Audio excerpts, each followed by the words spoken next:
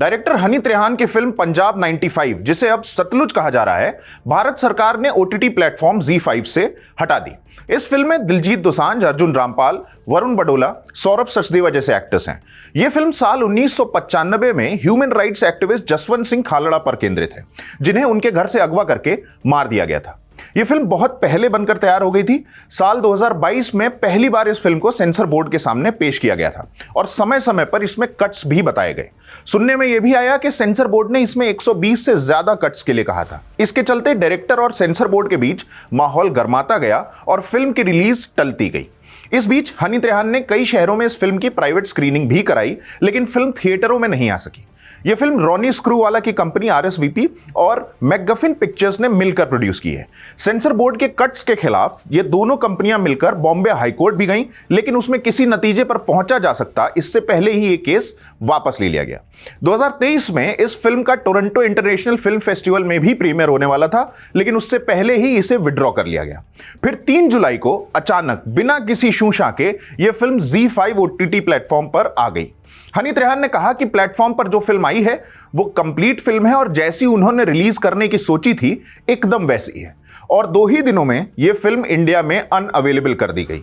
Film हटाए जाने के बाद हनी त्रेहान से इंडियन एक्सप्रेस ने बात की। उन्होंने कहा कि उन्हें ZEE5 से सतलुज के हटाए जाने की खबर इतवार की रात 8:15 पर मिली। उन्होंने कहा कि वो समझ नहीं पा रहे थे कि इस बात पर कैसे रिएक्ट करें। दिलजीत दोसांझ सोमवार की सुबह इंस्टाग्राम पर लाइव आए। उन्होंने कहा कि मुझे जिस बात का डर था वो हो चुका है। मुझे लगा था कि फिल्म मंडे तक हटाई जाएगी, लेकिन फिल्म संडे को ही हटा दी गई, इसलिए हमने इस फिल्म का प्रमोशन नहीं किया था। आज का यूथ जसवंत सिंह खालड़ा के बारे में बात कर रहा है, हर घर में उनकी बात हो रही है। इसके साथ ही दिलजीत ने एक खालिस पॉलिटिकल स्टेटमेंट भी दिया। उन्होंने कहा कि आप जितना चाहें मुझे परेशान कर लें, मैं जब तक जिंदा हूं पंजाब के साथ हूं। फिल्म के OTT से हटाए जाने के बाद ZEE5 ने सोशल मीडिया पर एक स्टेटमेंट दिया। उन्होंने कहा कि हम अपनी तरफ से हर संभव कोशिश कर रहे हैं, कृपया पायरेसी का समर्थन न करें। हम आपको सतलुज फिर से उपलब्ध कराने के लिए हर संभव रास्ता तलाशने के लिए प्रतिबद्ध हैं। ZEE5 के इस पोस्ट के नीचे एक कमेंट आया। रोहन एक्स ने सुबह दिलजीत के लाइव आने का एक स्क्रीनशॉट लगाया और उस पर वही लिखा जो दिलजीत ने कहा था। दिलजीत ने फिल्म हटाए जाने के बाद कहा था, हुण टेंशन नहीं, सब ने कर ली डाउनलोड। यानी एक और ZEE5 कह रहा है कि पायरेसी न करो और दूसरी ओर दिलजीत पायरेसी का दंभ भर रहे हैं। दीपक ने लिखा कि उन्होंने ये फिल्म YouTube पर देख ली है। इस पर हमारा माथा ठनका। हमने YouTube पर सर्च किया तो मालूम चला कि वाकई ये फिल्म कई चैनल्स ने अपलोड कर रखी है और लोग फ्री में इसे देख रहे हैं। और सिर्फ YouTube नहीं, ये फिल्म ट्विटर, जिसे अब X कहते हैं, उस पर भी अपलोडेड मिली। उधर शिरोमणि अकाली दल के अध्यक्ष सुखबीर सिंह बादल ने पोस्ट किया कि सतलुज को भारत में ZEE5 से मनमाने ढंग से हटाए जाने की खबर से स्तब्ध और दुखी हूं। पंजाब के दर्दनाक इतिहास को बेबाकी से सामने लाने वाली और सरदार जसवंत सिंह जी खालड़ा के सर्वोच्च बलिदान को सम्मान देने वाली इतनी सशक्त फिल्म को इस तरह खामोश नहीं किया जा सकता। अमरेंद्र खलबली नाम के यूजर ने लिखा कि विडंबना देखो, जो बीजेपी सरकारें केरल फाइल्स और कश्मीर फाइल्स को प्रमोट कर रही थी, अब पंजाब पर बनी सतलुज को 2 दिन बाद ही बैन कर दिया। भोलात से कांग्रेस विधायक सुखपाल सिंह खेड़ा ने लिखा, मैं 1995 में मानवाधिकार कार्यकर्ता प्रोफेसर जसवंत सिंह खालड़ा के कथित अपहरण और हत्या में पुलिस की बर्बरता पर आधारित फिल्म सतलुज को हटाए जाने की कड़ी निंदा करता हूं। बठिंडा से शिरोमणि अकाली दल की सांसद हरसिमरत कौर बादल ने X पर पोस्ट किया, शहीद भाई जसवंत सिंह खालड़ा जी के जीवन पर आधारित फिल्म सतलुज को भारत में ZEE5 से हटाया जाना बेहद दुर्भाग्यपूर्ण है। ऐसा करके पंजाब के उस काले दौर को छिपाया नहीं जा सकता जब कांग्रेस सरकार ने हमारे नौजवानों को उनके घरों से उठाकर मार डाला था। आम आदमी पार्टी के कुलदीप धालीवाल ने कहा कि फिल्म से बैन हटाया जाना चाहिए और इसे थिएटर में रिलीज किया जाना चाहिए। उन्होंने यह भी कहा कि यह फिल्म पंजाब के काले इतिहास को दिखाती है। 2 X यूजर्स हैं, एक हैं गजल ठाकुर और एक हैं लाला। इन्होंने फिल्म के एक जरूरी मुद्दे को छुआ। दोनों ने फिल्म का एक सीन पब्लिश किया और लिखा कि वो इस सीन को प्रॉब्लमैटिक पाते हैं। यह सीन क्या है? इस सीन में दिखाया जा रहा है कि कैसे एक शख्स आत्मघाती हमला करके पंजाब के CM को बम से उड़ा देता है। दोनों ही यूजर्स ने लिखा कि इस सीन में जो म्यूजिक चल रहा है वो हत्या के इस कृत्य को ग्लोरीफाई कर रहा है। हमने इस फिल्म की बाबत कॉलमिस्ट और फिल्म क्रिटिक शुभ्रा गुप्ता से बात की। उन्होंने इस फिल्म के बारे में क्या कहा, सुनिए। मैंने फिल्म 2 बार देखी। एक बार मैंने पिछले साल देखी थी, एक प्राइवेट स्क्रीनिंग रखी थी डायरेक्टर हनी त्रेहान ने, और वो इस तरह की प्राइवेट स्क्रीनिंग जगह जगह कर रहे थे उस समय। मुझे लगता है क्योंकि फिल्म काफी चर्चा में रह चुकी थी और वो चाहते थे कि हम जैसे लोग कुछ लोग जो फिल्म के जानकार हैं या फिर जो फिल्म पर जो लिखते हैं, उनको थोड़ी सी इस फिल्म के बारे में डायरेक्ट जानकारी हो जाए। तो मैंने पिछले साल देखी, और जब ये जी पर अभी आई परसों फ्राइडे की शाम को, बिना कोई वार्निंग के, हमको कुछ आइडिया नहीं था कि फिल्म आने वाली है। हमको जी के पब्लिसिस्ट ने कॉल किया, मैसेज किया, ईमेल किया कि ये फिल्म आ गई है। और तो एकदम से फिर हमने बैठकर देखी फिर से फिल्म। और मेरा यही था कि पिछले साल की जो फिल्म थी और इस साल जो अभी जो पब्लिक के लिए मतलब उसके लिए स्ट्रीमिंग प्लेटफॉर्म पे जो आई थी, उसमें जरा सा भी फर्क है या नहीं। क्योंकि अगर फर्क होता तो वो फिल्म में जितना पावर है और जितना उसमें जितनी शक्ति है उस पिक्चर में, वो थोड़ी सी डाइल्यूट हो जाती। तो वो मैं थोड़ा ध्यान करके देख रही थी। और जहां तक कि मेरा ख्याल है, और जहां तक कि मेरी मेमोरी है, जरा सा भी कुछ भी फर्क नहीं आया है, सिवाय उसके टाइटल के, जो पंजाब 95 था और अब वो हो गया है सतलज। हमने इंडियन एक्सप्रेस हिंदी के सिनेमा एडिटर गजेंद्र सिंह भाटी से भी बात की। उन्होंने इस फिल्म पर क्या कहा, देखते हैं। एक तो ये है कि जैसे कि सब जानते हैं, कुछ साल से इसकी रिलीज़ अटकी हुई थी। सेंसर बोर्ड ने 120 के अराउंड कट्स बोले थे और फिल्म मेकर्स नहीं चाहते थे इतने कट्स हो, तो फिर वो कोर्ट में भी गए और कहा गया कि कोर्ट से केस लेने के लिए उन पर दबाव डाला गया और उन्होंने केस फिर वापस लिया।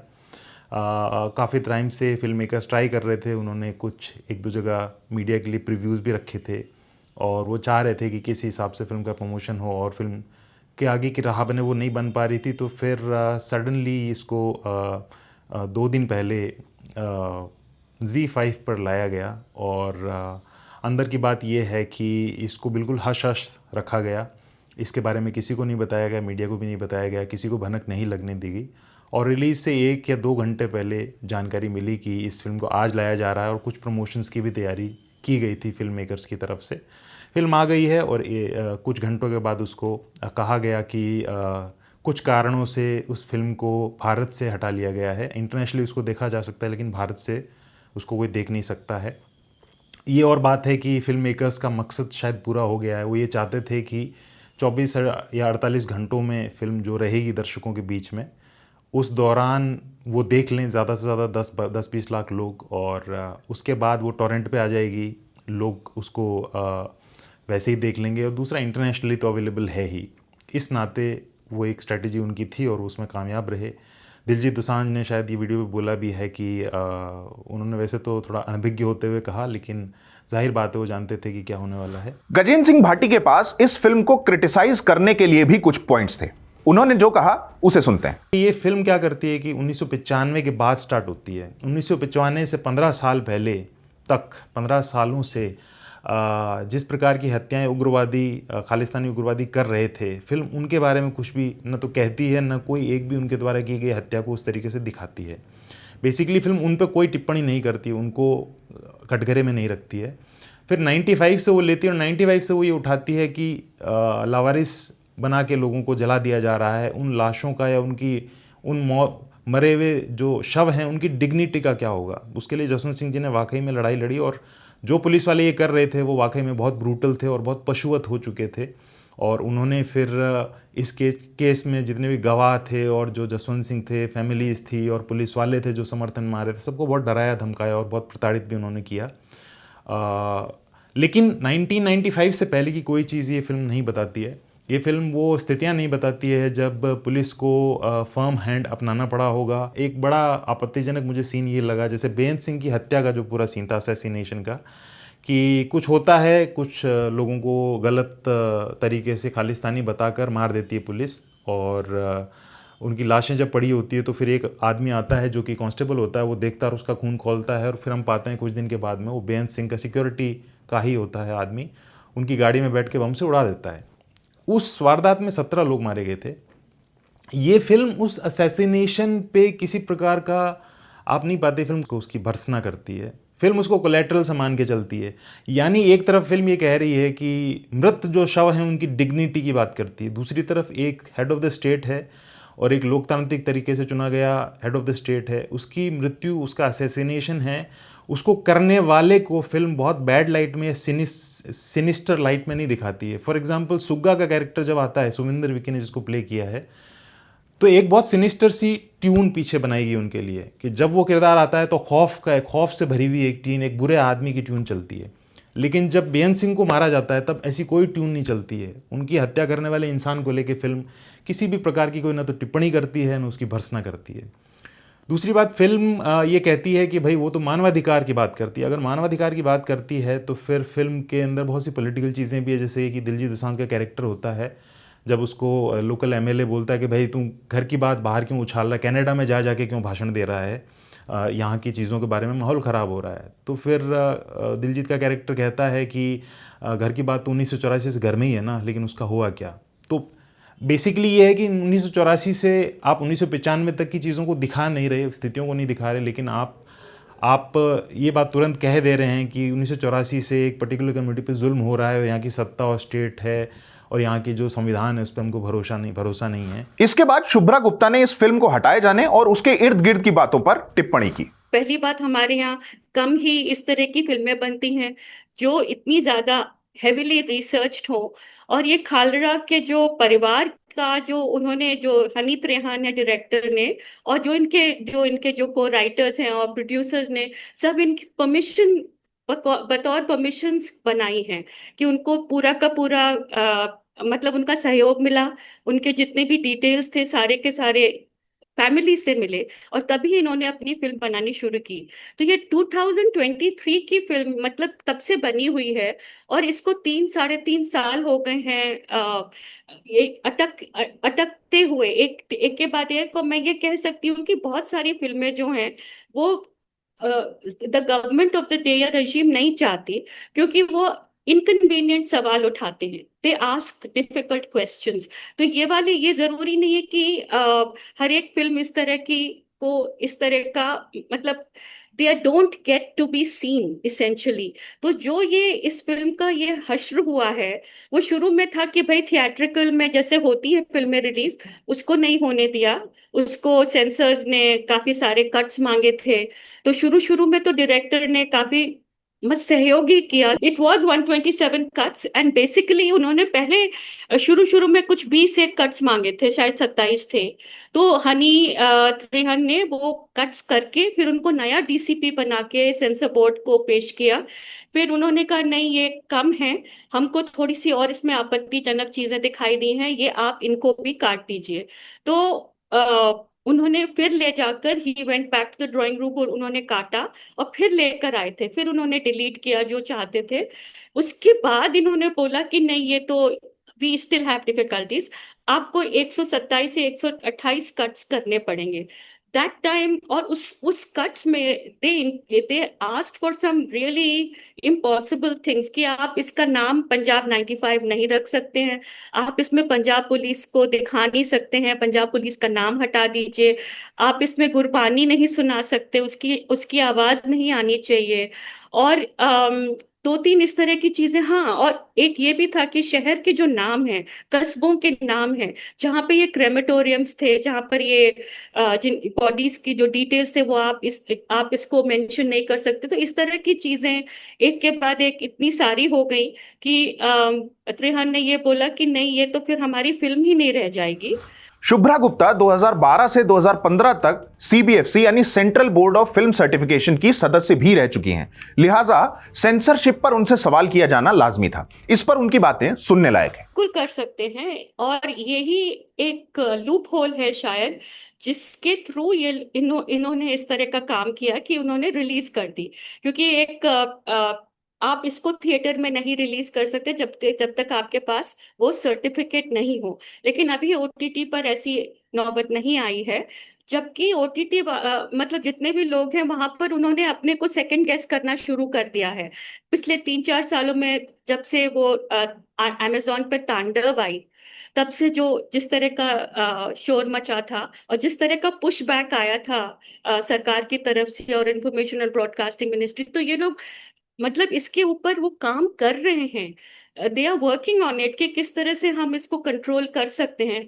तो लोगों ने अपने खुद को कंट्रोल करना शुरू कर दिया मुझे लगता है, क्योंकि बहुत सारे जो कंटेंट क्रिएटर्स हैं, जो फिल्म मेकर्स हैं, जो सिनेमा बनाते हैं, उन्होंने खुद को अपने को मतलब होल्ड बैक करना शुरू कर दिया है। पर ये जो स्पेसिफिक एक होता है ना कि हाँ भाई इसको सीबीएफसी का सर्टिफिकेट चाहिए, तो उसके बिना आप कर सकते हैं।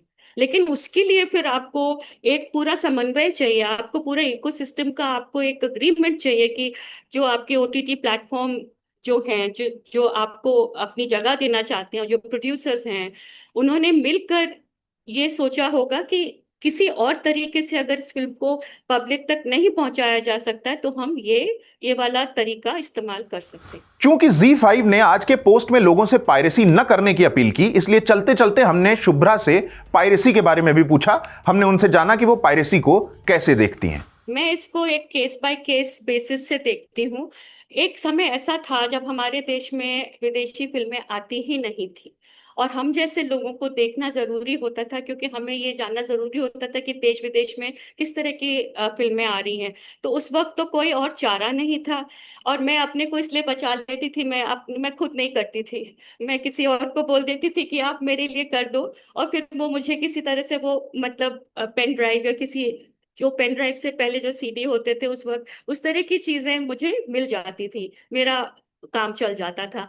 अब ये हो गया है कि इस तरह की अगर आप छुपाएंगे और अगर लोगों को एक्सेस करने का मौका इससे मिल रहा है, तो मैं तो कहती हूँ कि आप देखें। क्योंकि देखिए, एक चीज जरूर है, जो भी कोई सेंसरशिप में इस तरह से विश्वास करते हैं या जो चाहते हैं कि हम चीजों को सेंसर करके ही लोगों तक पहुंचाएं, तो that is a very slippery slope. क्योंकि आप ये कह सकते हैं, आज ये कह सकते हैं नहीं हम इस फिल्म को इस वजह से नहीं दिखाना चाहते, कल को कुछ और भी आ सकता है और कहते हैं नहीं नहीं अभी तो ये प्रेसिडेंस हो गया ना, अब हमने इसको कर दिया, अब हम आगे बढ़ाते जाएंगे, तो ये कहाँ रुकेगा फिर। ये हम और आप जैसे लोग जो हैं, जो 18 साल से ऊपर के हैं, हमको आपने आजादी दी है, छूट दी है कि आप वोट करें, आप हमारे लिए वोट करें, आप शादी कर सकते हैं, आप रिलेशनशिप में मतलब you can have a relationship, उस तरह की चीजें अगर आपको अडल्ट की तरह आपको ट्रीट करते हैं, तो आप सिनेमा में इस तरह की इस तरह का आप रोक टोक कैसे लगा सकते हैं। मुझे तो मैं सीबीएफसी पे खुद रह चुकी हूँ, मैं 3.5 साल व्यतीत किए, मैंने उस तरफ से भी देखा है कि किस तरह से लोग सोचते हैं और सेंसरशिप को किस तरफ से देखा जाता है। सीबीएफसी का रोल नहीं है सेंसर करना, इट्स अ सर्टिफिकेशन बोर्ड। अगर टेक्निकली देखा जाए तो ये उनके मैंडेट से आगे है, लेकिन हमारे देश में हमेशा से ये रहा है कि नहीं, वी बिकम द आर्बिटर्स, कि नहीं नहीं हम बताएंगे आपको कि आप क्या देख सकते हैं और नहीं। तो ये इसमें इसमें मुझे लगता है कि ऐसी कुछ चीज नहीं होनी चाहिए, इसमें आपको जहां मौका मिले आप देखें। क्योंकि मुझे लगता है कि हर तरह की फिल्में, हम लोग सबको, जो हम वयस्क हैं, हम 18 के ऊपर हैं, हमको खुद को एक वो होना चाहिए कि हाँ हम देख सकते हैं, ये हमारी आजादी है। तो पायरेसी में मत उलझिए, फिल्म के वापस आने का इंतजार करिए, या फिर वीजा लगवाइए, विदेश जाइए और वहां फिल्म देखकर वापस आ जाइए। मेरा नाम है केतन। देश में रहें या विदेश में, देखते रहें इंडियन एक्सप्रेस हिंदी।